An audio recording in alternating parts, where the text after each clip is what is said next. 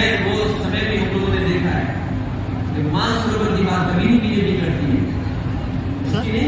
Sir पुरानी pension को लेकर के क्या कहना है? पुरानी पेंशन सबसे पहले समाजवादी ने उठाई थी जी। हम उसके पक्ष में। अच्छा सर, डोरिया हत्याकांड के मामले में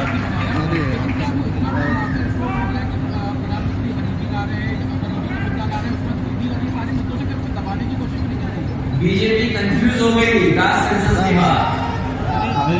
बीजेपी कंफ्यूज है कास्ट सेंसस के बाद, और ये कास्ट सेंसस और सभी लोगों को हक अधिकार मिले, उनका सम्मान हो, उस दिशा में समाजवादी पार्टी आगे लड़ाई लड़ेगी। आबादी के हिसाब से सम्मान मिले, समाजवादी पार्टी की पहली पक्ष में थी कि जाति जनगणना हो, और भविष्य में आप देखेंगे बहुत सारे दल इस पक्ष में हैं, और जब कभी भी आगे परिवर्तन होगा तो कास्ट सेंसस होकर के रहेगा और आबादी के हिसाब से आपको सम्मान मिलते रहेगा। इसको अपने हथवा जो अपने खबर भारतीय जनता पार्टी का दलित सम्मेलन, पिछड़ा सम्मेलन उसी तरीके से है जिस तरीके से महिला आरक्षण है इनका। ये नारी सम्मान और इनका दलित सम्मान ये उसी तरीके से है जैसे आरक्षण दिया। सोचिए लोकसभा में, नई लोकसभा में इन्होंने झूठ बोल दिया। बीजेपी वाले तो कमाल के ऐसे हैं कि नई लोकसभा में झूठ बोल दिया, ऐसा बिल पास कर दिया जो लागू नहीं होगा, और हमारे पत्रकार साथी भी कुछ नहीं कह रहे उस पर, वो लागू नहीं हो सकता है। और अगर लागू करने की नियत है तो जहां जहां चुनाव हो रहा है भारतीय जनता पार्टी 33% महिलाओं को टिकट दे। मध्य प्रदेश में दे 33%, राजस्थान में टिकट दे 33%, आपके झारखंड में, छत्तीसगढ़ में होना चुनाव वहां दे। तो आखिरकार आपने बिल पास कर दिया, लेकिन आपकी नीयत साफ नहीं है, इसलिए आप पॉलिटिकली उनको आगे नहीं बढ़ाना चाहते हैं। ये केवल बहस का मुद्दा है, इसलिए वो जनता को गुमराह करने के लिए बिल पास। हमारे पत्रकार साथियों का विशेष धन्यवाद, आप भी मिल गए, हम लोग भी थक गए, और मुझे पूरा भरोसा है कि हम लोगों का आप सहयोग करेंगे, मदद करेंगे। बिल्कुल और भैया फुर्सत मिली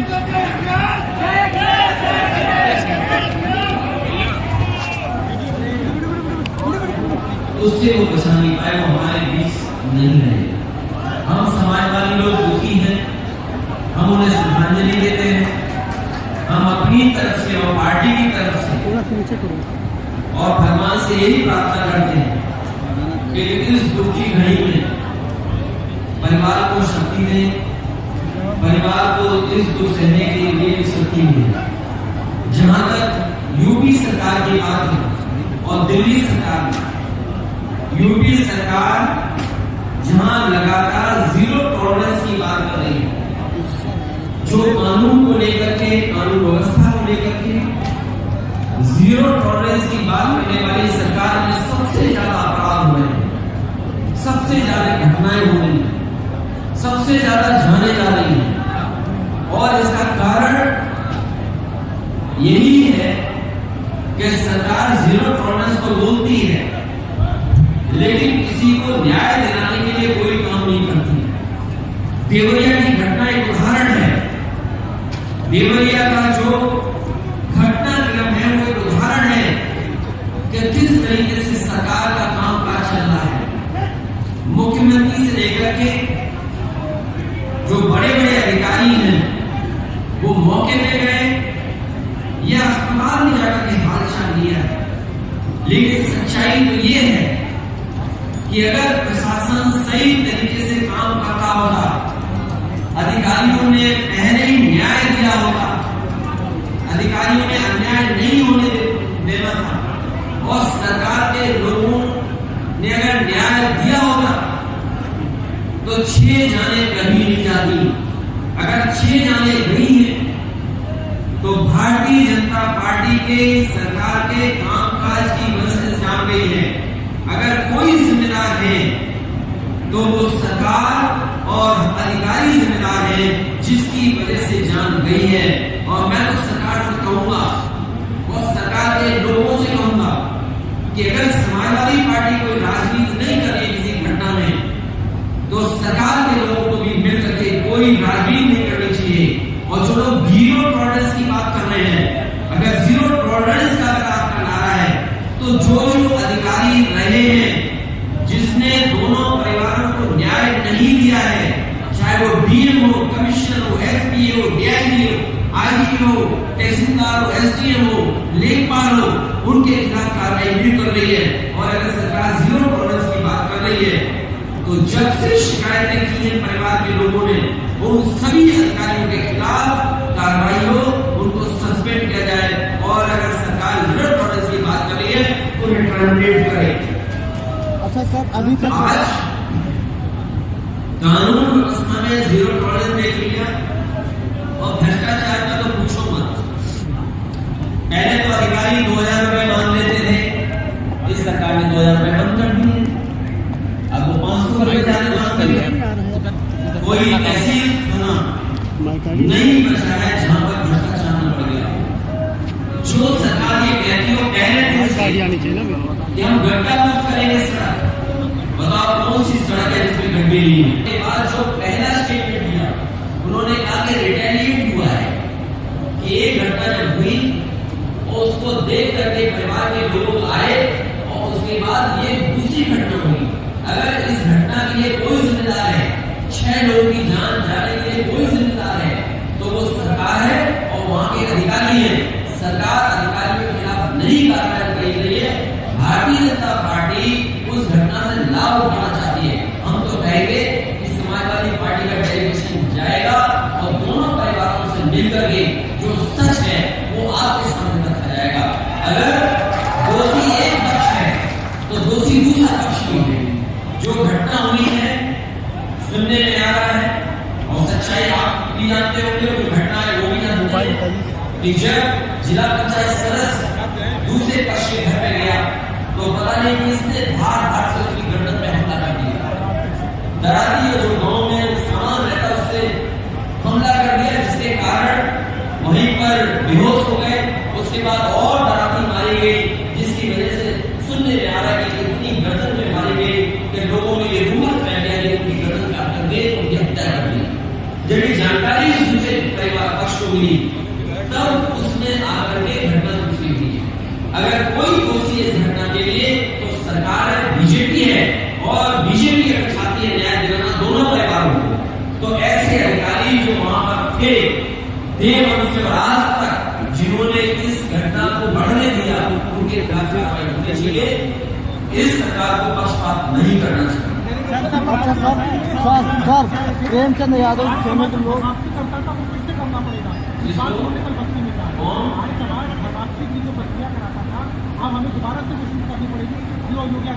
ये बातें मेरे समझ में नहीं आती। कौन से समाज की बात है? सर, शिवपाल यादव का बयान आया था।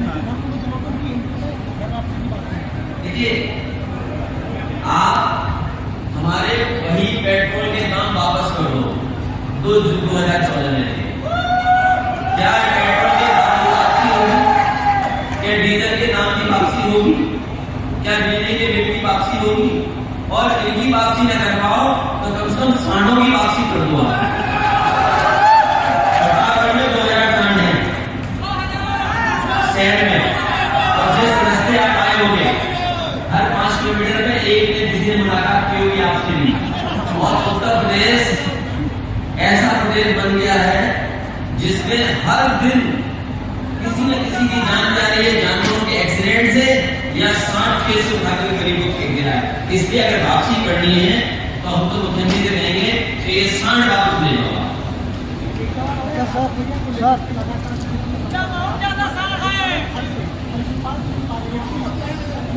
मुझे जानकारी नहीं है कि कौन किसके संपर्क में। अगर आप उसका खुलासा करें तो मैं और विस्तार से बोल दूँ। देखिए, हमारी समाजवादी पार्टी का रास्ता साफ है। हम समाजवादी पार्टी में जो हमारे साथ लोग हैं, हम उनको लेकर के आगे चलेंगे।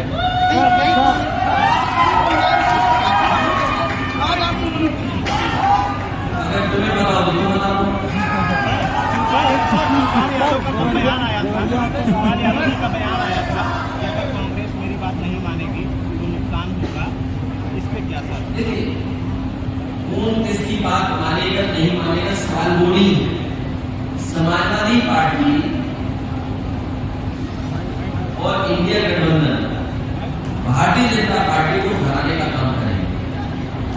और अगर भारतीय जनता पार्टी ये तैयारी कर रही है कि 80 के 80 जीतेंगे, तो समाजवादी पार्टी पीडीए इंडिया गठबंधन भी तैयारी कर रहा है कि 80 के 80 भारतीय जनता पार्टी को सीटें हराई जाएंगी। ये आपको याद होगा विधानसभा में हमारे मुख्यमंत्री की साइंस, हमारे मुख्यमंत्री का गणित, हमारे मुख्यमंत्री जी की जानकारी 46 में 56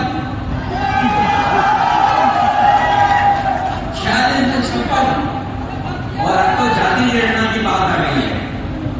देखिए, जो जाति जनगणना से परिवर्तन होने वाला है, इसका सबने स्वागत किया है और मुझे खुशी है इस बात की कि बहुत सारे दल जो कभी कास्ट सेंसस या आरक्षण के खिलाफ थे, वो भी उसके पक्ष में बोल रहे हैं। और अब तो बीजेपी को गरीब क्या देने लगे। सोचो, वो बीजेपी जिसने नौकरी नहीं दी, रोजगार नहीं दिया, महंगाई बढ़ा दी, वो गरीबों को याद कर रही है। कोई उद्योग कारखाने नहीं लगे। और मैं अपने नौजवानों से कहना चाहता हूं, ये जो अग्निवीर में आधी अधूरी नौकरी नहीं चलेगी, आप लोकसभा में जिताइए और पहले जैसी फौज की भर्ती करिए। फौज में जाना गर्व होता है, वर्दी पहनना एक सपना होता है। बताइए, बीजेपी ने राष्ट्र के साथ खिलवाड़ की, देश की सुरक्षा के साथ खिलवाड़ की, सीमाओं के साथ खिलवाड़ की और आधी अधूरी नौकरी अग्निवीर नहीं चलेगी। हमारे नौजवानों को वर्दी पहनाने का सपना अब की नौकरी से पूरा होगा, ये आधी अधूरी नौकरी से नहीं होने जा रहा। और देश को जरूरत इसलिए है, किसी जमाने में किसी सरकार ने या उनकी सरकार में घटना हुई या ऐसी परिस्थितियां बनी कि बहुत सारा हिस्सा छीन ले गया। अभी जो सरकार है, उसने सोचो कहां चीन को बैठा दिया। कभी हम लोगों ने उस लेख को किसी फिल्म में देखा था, कभी 3 इडियट्स उस फिल्म में लेख को देखा था, और लेख को देखने के बाद न जाने कितने लोग लग जाते हैं। मैं आज कह रहा हूं प्रतापगढ़ में बड़ी जिम्मेदारी के साथ, ये भारतीय जनता पार्टी के लोग सरकार में रहे तो वो दिन भी दूर नहीं जब आपको चीन का वीजा लेकर के ही लेख देखनी पड़ेगी। अगर आपको वीजा नहीं होगा तो आप लेख नहीं देख पाएंगे। तो बताओ, कौन फौज आकर के बैठे चीन की? क्या ये घर वापसी वाले ये याद दिलाएंगे कि चीन की फौज वापस? और हमारे समाजवादियों के समर्थक प्रधानों के जांच के बाद जांच फिर जांच। लखनऊ में तो बड़े बड़े आयोजन हुए थे, इन्वेस्टमेंट मीट हुई जिसमें ये बताया गया कि लाखों करोड़ आ रहे हैं। हमें बताओ प्रतापगढ़ जिलों को, वो कहावत मैं नहीं कहूँगी, मुख्यमंत्री ने कहा प्रतापगढ़ जिले कही, वो तो मैं कभी नहीं कह सकता।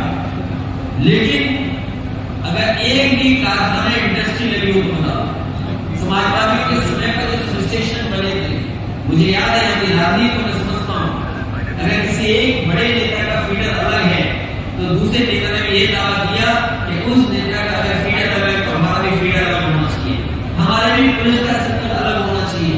मैंने सबका स्वीकार किया, चाहे मुझे फीडर अलग करना पड़ा, चाहे मुझे सब स्टेशन जाना देने पड़े हो, चाहे इंजीनियरिंग कॉलेज देना पड़ा हो, चाहे सड़क दोबारा बनानी पड़ी हो, पुल देना पड़ा हो। और एक बार तो ऐसा कॉम्पिटिशन हो गया कि अगर एक ने ट्रॉमा सेंटर मांगा तो दूसरे ने कहा कि हमारे यहाँ भी ट्रैफिक के एक्सीडेंट हो गए, तो हमने उनके कहने से भी ट्रॉमा सेंटर दे दिया। तीसरे आए हमारे साथ थे, उन्होंने कहा कि हमें भी ट्रॉमा सेंटर चाहिए, हमने उन्हें भी ट्रॉमा सेंटर दे दिया। बताओ, आप लोग यहाँ के जिम्मेदार पत्रकार साथी हैं, जो ट्रॉमा सेंटर समाजवादियों ने दिए थे, क्या एक भी ट्रॉमा सेंटर चल रहा है हमारे गरीब का इलाज होगा? एक भी शक्ल तो बता दो। और ये तो जितने जिला अस्पताल हैं या PSC CSC हैं, गरीब इलाज कराने नहीं जा सकता है। आयुष्मान का सपना दिखा रहे हैं, लेकिन किसी भी गरीब को सरकारी अस्पताल में इलाज नहीं मिल पा रहा है। गरीब के लिए अगर सरकार ने एक भी अस्पताल बनाया हो तो बताओ। समाजवादियों ने तो एम्बुलेंस दी गाँव में मदद के लिए, ये वही एम्बुलेंस जो समाजवादियों ने शुरू की थी। ये जो पुलिस को गाड़ियां आपको दिखाई दे रही है 100 की 112 है, ये भी समाजवादी की देन है। नई चीज देखी पता करना। हालांकि शहर में मुझे एक कोने से दूसरे कोने में बहुत से अपने समाजवादी साथियों के घर जाने का मौका मिला मुझे। ये नई ट्रैफिक व्यवस्था पता नहीं किसके हाथ में दे दी है सरकार ने। मैं गिनता रहा, मैंने 500 स्टंट दिए, लेकिन अगर मैं 11 बजे के बाद पूरे प्रतापगढ़ में राउंड मारता शहर में तो 2000 से ऊपर मुझे स्टंट दिखाई दिया। 2000, चाहे वो घंटा हो, चाहे वो हमने सम्मानित लोगों की जहां पर प्रतिमा लगाई हो, वो चौराहे हो, चाहे वो चश्मे की दुकान के पास मैंने देखा एक स्टंट लगता चश्मा बनवाने पहुंचा। एक ऑप्टिकल की दुकान थी, उस होर्डिंग के बगल में सांड खड़ा था। मुझे लगा कि सांड की आंख कमजोर है, वो लखनऊ जाना चाहता है। वो शायद चश्मा बनवा करके लखनऊ जाना चाहता हूँ। सोचिए ये हालत बना दी। और गेहूं धान की तैयारी नहीं हो, गेहूं प्राइवेट कंपनियों ने खरीद लिया, सब बिक गया गेहूं, और धान की खरीद की कोई तैयारी नहीं है। हमारे किसानों का ऐसे धान खरीद दिया जाए। ये जो बिजली आ रही है और नहीं आ रही कभी कभी, वो जो बिल जाते आ रहा है, अभी तक बीजेपी ने 1 यूनिट बिजली नहीं बनाई है, 1 यूनिट नहीं बनाई, और बिजली का बिल लगातार बढ़ता है। इसलिए हमें उम्मीद है और पूरा भरोसा है कि समाजवादियों के विचारों को लेकर के हमारे कार्यकर्ता, हमारे नेता गांव-गांव जाएंगे और भारतीय जनता पार्टी को इस बार लोकसभा के चुनाव में सबक सिखाएंगे। 14 में जो आए थे वो 24 में चले जाएंगे। यूपी से आए थे, यूपी से बाहर चले जाएंगे। इंडिया के साथ साथ एनडीए को पीडीए हटाने का काम करेगा। आप हुआ करते थे राजा में, आज आप उनसे ही दूरी बना के रखे हुए हैं। ये कोई राष्ट्रीय मुद्दा नहीं है। अच्छा सर, देवरिया हत्याकांड में मुझे दुख है इस बात का कि सरकार को ये लगता है कि जो खिलाफ उसको गिरफ्तार कर लो, राजनेता उनको गिरफ्तार कर लो, पत्रकार है उनको गिरफ्तार कर लो। एक ही दिन सोचिए, पत्रकारों की भी गिरफ्तारी हुई और फिर संजय सिंह आप पार्टी के नेता उनकी भी गिरफ्तारी हुई ईडी की तरफ से। बीजेपी ये समझ ले इनके खिलाफ 100 करोड़ लोग हैं। इस बार जब 2024 का चुनाव होगा तो 100 करोड़ लोग इनके खिलाफ हैं। क्या ये 100 करोड़ लोगों को गिरफ्तार कर लेंगे? इस बार यही भारत की जनता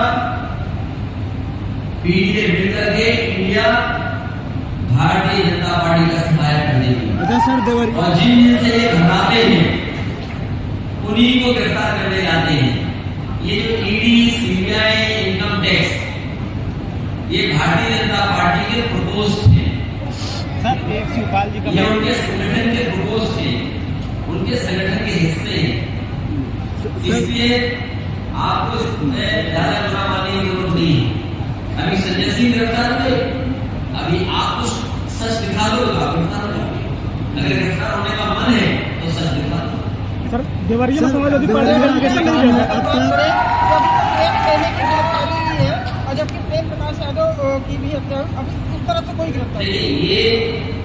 ये सरकार न्याय नहीं दे सकती, और जब सत्ता में बैठे लोगों की नियत ये ना हो कि न्याय मिलना हो, जो घटनाक्रम हुआ है, जो अलग अलग जगह से जानकारी हुई या मुझे कार्यकर्ता नेताओं से जानकारी हुई, या जो अलग अलग यूट्यूबर्स या सोशल मीडिया में जो बात लिखी है, आई है, इसीलिए मैंने कहा जीरो टॉलरेंस की बात कर रहे हैं, उन्हें उन तमाम अधिकारियों भैया एक हाथ हटाइए, इधर वाला आप अपना